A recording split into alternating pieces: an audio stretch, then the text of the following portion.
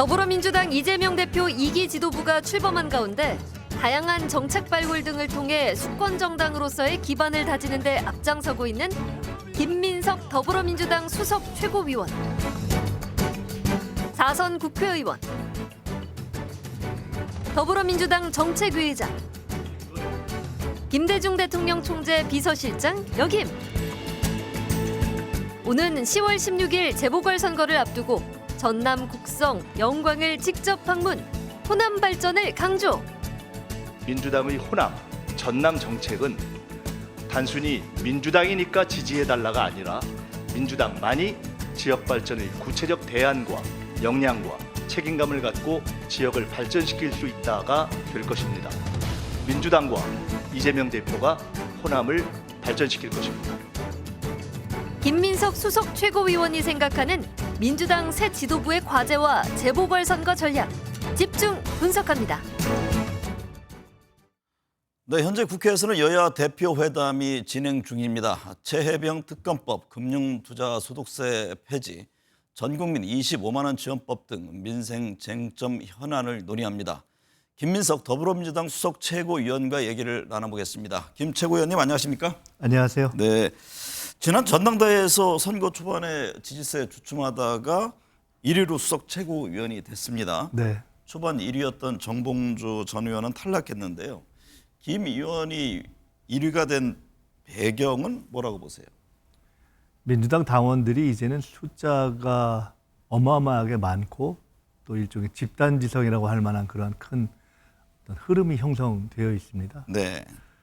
당원들의 종합적 판단, 그러니까 5사람을 누구로 뽑을 것인가에 대한 판단과 함께 누구를 수석으로 하는 것이 당과 대표가 안정적으로 일을 하는 데 도움이 되겠는가, 이런 종합적 판단이 작동했다고 봅니다. 네. 오늘 오후 2시부터 한동훈 이재명 여야 대표가 만나고 있습니다. 원래 이제 90분인데 좀 시간이 늦어진다고 그럽니다. 예. 여야 대표회담을 준비하면서 이런저런 얘기들이 오갔을 텐데요. 견해차가 있습니다. 최혜병 특검법, 25만 원 지원법 등 어떤 합의를 도출해낼 수 있을까요? 원래는 저희가 제안을 할 때 한동훈 대표가 본인이 하겠다고 했던 최혜병 특검 3자 추천, 네. 그리고 국민의힘의 의원들이 상당수 관심을 보이는 민생지원금, 그것에 대해서 진전을 볼 수 있지 않을까라는 기대를 하고 사실은 제안을 했는데, 네. 아시다시피 최혜병 특검에 대해서 한동훈 대표가 조금 입장이 지금 조금 유보적인 입장으로 돌아섰고, 민생지원금에 대해서도 용산이 받아들이지 않고 있고, 그래서 최근에 가장 현안으로 등장한 의료대란 문제에 대해서도 그에 대해서도 한동훈 대표가 이야기를 했기 때문에 그럼 이것에 대해서 좀 집중적으로 좁혀보자라고 저희는 생각을 했는데, 네. 이 또한 공식 의제로 하기가 어렵다라고 한 대표가 조금 이렇게 빼는 입장을 보여서 사실은 조금 저희가 조금 아쉬워하고 있고요. 그렇지만 그 얘기를 충분히 하면서 할 수 있는 몇 가지 합의라도 만들어내자, 이런 입장으로 임했습니다. 네. 의정 갈등 해법을 놓고 지금 용산 대통령실과 한동훈 국민의힘 대표 입장이 엇갈리고 있습니다. 김 의원은 응급실이 문제가 없다고 보고한 사람은 천벌받을 것이다라고 지적한 바 있는데요. 네.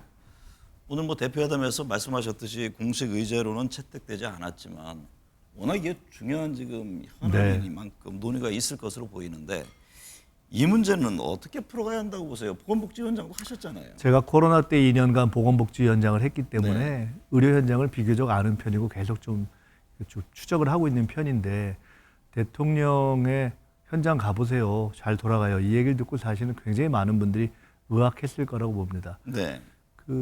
저희 주변에서도 당장 뭐 김한규 의원이 본인 아버님 예를 들어서 말씀했고, 얼마 전에 김종인 위원장께서 이렇게 반창고 붙여서 말씀하신 적이 있고, 저희도 저희 가족 가운데 실제로 지금 아주 어려운 상황에 처한 분이 계십니다. 네. 그러니까 이렇게 응급실 뺑뺑이 상황 때문에 생사가 갈리거나 네. 아니면 정상으로 갈 수 있는 것이 비정상 상황에 있는 분들의 경우에는 본인뿐만 아니라 가족들의 분노와 아픔이 너무나 큰 것 아니겠습니까? 시간이 갈수록 모든 국민의 문제가 이건 되는 엄청난 거죠. 것이고, 사실 제가 걱정하는 것은 이게 지금 코로나 상황이 잘 관리가 안 되고 있어서 실제로 지금 정도 되면 과거의 경험을 보면 추석을 앞두고 있기 때문에 각종 마스크 대책, 뭐 치료제 대책, 변이 백신 대책, 그다음에 뭐 추석 이동 대책, 학교는 어떻게 하고 요양원은 어떻게 하고 이게 착착착착 나와야 되는 상황이거든요. 근데 의도적으로 이거를 오히려 좀 대책을 직시하는 걸 피하는 것 같다라는 생각이 솔직히 얘기하면 드는 정도의 상황이어서 네. 큰 틀에서 보면 한동훈 대표가 얘기했던 안이 꼭 맞아서가 아니라 어쨌든 대통령이 지금 그냥 본인이 주장했던 것을 그대로 밀어붙이고 아무 문제가 없다 하는 것에서 조금 열어놓고 지금 다르게 상황을 봐야 하는 것에 동의가 되는 어떤 전제하에서 네. 뭔가 머리를 맞대야 된다는 생각에서 저희도 한동훈 대표 얘기도 좀 하나의 안으로 놓고 검토해보자 이렇게 네. 했던 겁니다. 이 문제에 대해서는 조금 전에 대표회담을 시작할 때 이재명 대표가 이 의료 대란에 대해서만큼은 여야 대책기구를 같이 만들자라는 제안을 한 것처럼 네. 사실은 이것은 제일 중요한 문제라고 봅니다. 이것은 뭐 민생 중에서도 이게 생사가 걸려 있는 문제이기 네. 때문에. 근데 윤석열 대통령은 2,000명 증원 그대로 간다는 입장입니다. 말씀하셨듯이 2026년 조정안을 제시한 한 대표의 제안 역시 지금 거절한 상황인데 이렇게 되면 좀 야당으로서도 그 뭔가 일을 풀어가기 어려운 상황일 것 아니 이게 같아요. 사실은 저희가 처음부터 네. 당이나 대표가 일관되게 2,000명이라는 게 무슨 주술도 아니고 너무 기계적이다. 네. 그 관역이 그 부분 좀 유연할 필요가 있고 풀어가는 방식과 단계적인 전체 시기 설정도 이걸 5년 내에 꼭 이렇게 하는 것이 맞냐. 현장의 어려움도 있는데 그래서 네. 적정한 목표 조정을 통해서 적정한 단계론으로 풀어가면 좋지 않느냐는 얘기를 처음부터 했습니다. 근데 저희들이 이 문제를 과하게 집행권을 갖지 않고 있기 때문에 그렇죠. 정부가 결국 풀어야 될 일이거든요. 그래서 정부가 야당이나 국민들이 얘기하면 그걸 받아들여서 조정하는 건 정부의 몫이거든요. 안 그러면 어쨌든 의사 정원을 늘려야 되는 것은 맞기 때문에 그거를 방해하냐 이런 얘기를 들을 수가 있고 또 가급적 정부가 하는 일을 이렇게 복잡하게 할 필요는 없다는 생각 때문에 네. 저희가 그랬는데 도를 좀 넘은 것 같다는 생각이 들어서 마침 한동훈 대표까지 그런 얘기를 하는 차제이니 이제는 저희가 여론조사를 계속합니다. 네. 근데 국민들이 의대 정원 자체는 늘릴 필요가 있다가 일관되게 좀 높았습니다. 그런데 최근 얼마 전부터는 그건 늘려야 하지만 지금 대통령이 푸는 방식이 잘못됐다 하는 것이 이미 한 3, 4주 전부터 더 늘었습니다. 네. 근데 아마 저는 이번에 대통령의 발언 이후에 그 차이가 확 벌어지기 시작할 것이다 이렇게 네. 보고 있습니다. 그래서 지금은 해법을 찾아야 하고 특히나 말씀드리지만 추석을 앞두고 굉장히 걱정되는 상황입니다. 네. 정부 여당과 대통령실의 관계는 어떻게 보세요? 윤석열 대통령이 국민의힘 연찬에 참석하지 않은 것을 두고 최재성 전 정무수석은 탈당 예고편이다 이렇게 밝힌 바 있는데요. 윤 대통령의 탈당 가능성도 있을까요? 탈당을 하고 말고는 그 뭐 저희들이 예단할 수도 없고 네. 본인들의 문제이기 때문에 예측이 어려운데 그런 예측 자체가 무의미할 만큼 통상적인 당정 관계는 네. 이미 벗어난 거죠. 그래서 누가 봐도 정상이 아닌 거여서 참 걱정스럽습니다, 사실은. 네. 이것은 뭐 여야 관계를 넘어서 정부라는 건 그래도 정부 여당이 돌아가야 되지 않습니까? 그렇죠. 어느 단계부터는 지금 정부 여당의 국정 운영 능력이 사실상 없는 거 아닌가, 그립을 놓친 거 아닌가 하는 생각이 들어서 좀 걱정스럽습니다. 검찰의 문재인 전 대통령에 대한 수사를 놓고 충돌을 하고 있습니다. 여권은 법 앞에 평등을 얘기하고 있고 야권은 정치 보복을 강조합니다. 이재명 대표도 정치 보복을 단호히 배척한다라면서 비판했는데요. 검찰의 문 대통령에 대한 수사에 대해서는 어떤 시각이세요? 그 국힘에서 이게 그 문 대통령 따님 수사 그리고 그게 사실은 참 가정사기 때문에 얘기하기 뭐하지만 이제 전 사위 아닙니까? 전 사위.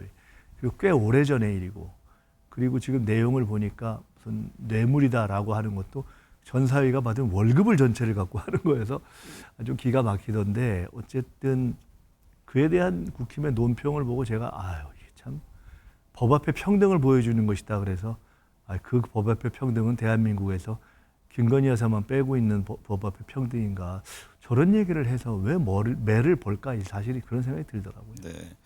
김수석께서는 이재명 일기 체제에서 정책위 의장을 지냈고 지난 4월 총선에서는 상황실장을 맡아서 네. 주요 정책 공약 발표 등 선거 실무를 총괄했는데요. 지금 여야 모두 민생을 강조합니다. 상속세, 종부세, 금투세 등 세금 관련 논의도 한창인데 당내에는 이게 집토끼냐 아니면 외연 확대냐의 시각에서 견해를 달리하는 분들이 있습니다. 이 세금 관련 논의에 대한 입장은 어떠세요? 우선 첫째로 저희는 정책 논쟁을 굉장히 장려하는 입장입니다. 네. 그래서 아예 공식적인 정책 디베이트, 정책 논쟁을 열기로 했습니다. 많을수록 좋은 거죠. 예, 그걸 아예 이제 공식화해서 시리즈로 하기로 했고요.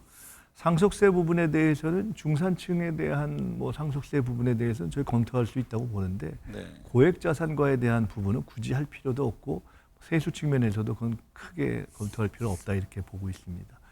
금투세에 대해서는 오늘 아마 모두 발언에서도 얘기하셨지만은 네. 실은 저희는 한국의 주식시장을 부양하기 위한 주가를 부양하기 위한 보관을 가지고 있습니다. 한 대표가 금투세 폐지에 굉장히 이렇게 좀 집착을 하시는데 사실은 진행이 안 된 금투세를 진행 안 시는 것으로 폐지한다고 해서 갑자기 주식시장이 좋아지지는 않고요. 네. 저희는 오히려 상법, 그러니까 개미주주들의 권리를 더 신장할 수 있는 상법 개정을 구조적으로 하고 그리고 금융소득에 대한 과세를 일정 부분까지 개미들에게서는 아예 면세해 주는 구간을 딱 만들어주는 소위 한국판 ISA를 네. 도입하자는 생각을 사실 하고 준비를 해왔고 그런 과정에서 필요하면 금투세의 도입을 조금 보완 기간을 늦출 수도 있다. 이런 세 가지의 기본 생각을 가지고 있고 이미 아까 말씀을 하셨습니다. 금투세에 대해서 그런 생각을 가지고 있고요. 나머지 종부세는 당장 현안이 되고 있지 않으니까요. 네. 연금 개혁 문제는 어떻게 보세요? 얼마 전에 윤 대통령은 그 세대별 차등 인상안을 제시했잖아요.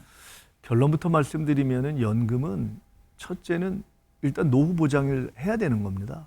그리고 장기적으로 보면 국가에서 세대 간 연대를 해서 차등을 하는 것이 그다지 효율적이지는 않다고 보고요. 네.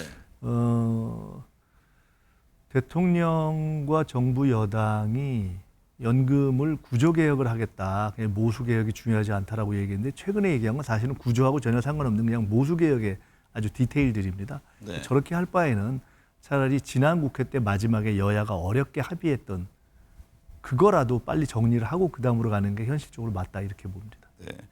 10월 16일에 재보궐선거가 있습니다. 수석 최고위원이 되자마자 전남 영광 곡성 등을 방문해서 현장 점검을 했고 매주 지금 전남 지역 내려가고 있는데 조국 혁신당도 적극적입니다. 양당 모두 호남 민심을 얻기 위해서 지금 지도부가 총 출동하는 모습인데요. 이번 재보궐선거에서 조국 혁신당과의 경쟁 구도는 어떻게 보세요? 꼭 조국 혁신당과의 경쟁을 의식해서는 아니고요. 네. 저희가 원래는 이번 주에 이제 전남하고 부산을 같이 가려고 했다가 일정이 조금 이렇게 안 맞아서 부산은 바로 또 다음 주에 가기로 되어 있습니다. 네.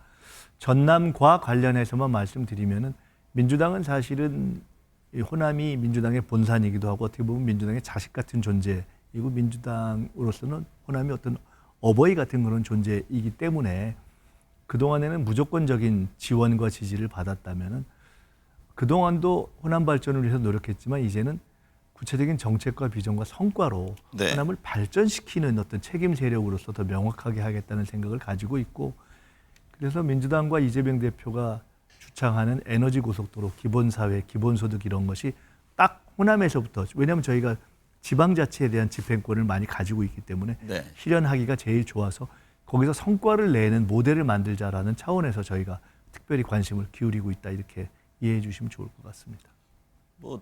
정당과는 별개입니다만 서울시 교육감 선거도 치러지는데요. 10월 보궐선거가 전국 운영의 하나의 분수령이 될 것으로 보세요?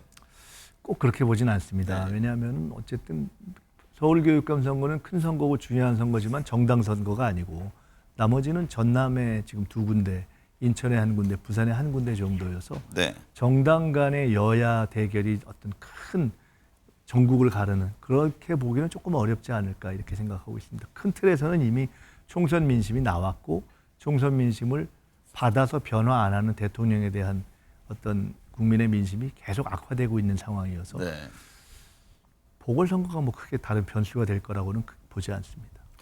헌법재판소가 민주당이 탄핵소추했던 이정섭 검사에 대해서 탄핵소추안을 기각했습니다. 민주당은 추가로 몇몇 검사에 대한 탄핵을 예고한 바 있는데요. 최혜병 특검법은 언제 다시 추진하는 겁니까? 지금 뭐 국민의힘 한동훈 대표 발의안을 좀 기대하고 있는 측면이 있습니까? 이번에 검사특검 기각된 것도 사실 좀 저희가 아쉬워하고 있는데 네. 그게 사실은 지난번에 김도읍 국힘의 국민의힘의 법사위원장과 그쪽에서 지정한 변호사가 사실은 조금 성실 대응을 안 해서 그렇게 된 면이 있어서 좀 아쉽지만 하여간 최혜병 특검법에 관해서는 오늘 지금 아마 논의를 하고 계실 텐데 네. 저희는 아마 솔직히는 그냥 한동훈 대표가 원하는 대로 할 테니까 그냥 하시라고 네. 우리가 지원하겠다고 하는 입장을 까지도 하자라는 내부 판단이 좀 있습니다. 근데 아마 그것도 못 하시는 거 아닌가 싶어서 원하는 안을 다 받아들이겠다 이런 입장이라고 이미 말씀입니다. 뭐 3자 네. 특검 받아들였고 네. 무슨 제보 공작까지 하자도 그것도 그것도 오케이 넣겠다. 했는데 그러면은 한동훈 대표가 본인이 발의하기 어려워하니 한동훈 대표가 하려고 했던 걸 저희가 대신 해야 되느냐 마느냐만 결정하면 될 것 같습니다. 네. 좀 기다리고 그게 안 하면 어쨌든 그동안에는 민주당에서 사실 제발이- 이제 하라고 했는데 저희가 한 네. 대표에게 시간을 드렸는데 본인이 어려워하시니 그렇지만 국민이 원하는 것을 해야 되니까요. 네. 윤석열 정부의 대일 외교 기조 역사관을 놓고 공방이 치열합니다. 이재명 대표는 친일파 척결 뉴라이트 거부 릴레이에 동참하기도 했는데요. 여권에서는 괴담 선동 정치라는 입장입니다. 일련의 흐름이 어떤 치밀한 계획하에 진행되고 있다고 보세요? 우연이라고 보기에는 너무나 여러 가지 일들이 군에서 독도 교재에서 군 교재에서 독도가 지워진다든가 독도를 무슨 분쟁 지역이라고 한다든가 전쟁 기념관에서 없어지고 그러니까 조형물이 없어지고 서울시도 그렇고 뭐 여러 가지가 너무 많아서 네. 저는 솔직히 일정한 이 정권 내 게다가 인사가 뉴라이트가 누군지 모르는 대통령이 뉴라이트만 탁탁탁탁 찍어서 인사를 하지 않습니까? 네. 그래서 사실상 저는 이 정권 내의 핵심에서 기획이 있다고 보는데요. 그렇지 않다고 만약에 한다면 너무나 많은 우연이 이 정권에 작동하고 있다 이렇게 네. 보여집니다. 이재명 대표 재판을 둘러싸고 이런저런 말들이 나옵니다. 때마쳐 김부겸 전 총리, 김동연 경기지사, 김경수 전 경남지사 등의 움직임도 주목하던데요. 이분들의 움직임에 대해서 이게 보완제냐 대체제냐 시각차가 있습니다. 그 점은 어떻게 보세요? 많은 후보들이 뛰는 것은 뭐 당으로 봐서도 괜찮고 이재명 대표도 여러 후보가 뛰면 좋다라는 생각을 가지고 있고 여러 번 표현했고요. 실제 당원들의 인식은 사실상 이번 전당대회에서도 드러났듯이 압도적으로 사실상 대통령 후보로 이재명 대표를 선택해서 지금 그 길을 가고 있는 거라고 봐야 되겠죠. 네. 수권 정당이 되기 위해서 지금 민주당에 필요한 것은 무엇이라고 보세요? 제가 집권 플랜 본부장이 되겠다고 얘기를 하면서 이번 선거를 치렀는데요. 네. 첫째는 실제로 집권 모드로 전환하는 것, 그 길을 지금 가고 있습니다. 인사에서도 당직 인사에서도 실력 있는 인사 중심으로 이것저것 과거의 개파 안 따진다 이렇게 가고 있고요. 모든 일들을 전속력으로 정권이 워낙 불안하기 때문에 최단기간 내에 뭐 예를 들어 1년 안에 집권 준비를 할 수 있도록 하는 집권 모드로 바꾼다. 이것이 제일 큰 지금 당의 숙제라고 볼 수 있습니다. 네. 11년 만에 여야 대표가 마주 앉았습니다. 결과의 만족 여부를 떠나 여야가 자주 만나 대화하고 타협해야 합니다. 지금 의료 대란 등 민생은 절박합니다. 오늘 함께해 주셔서 감사합니다. 감사합니다.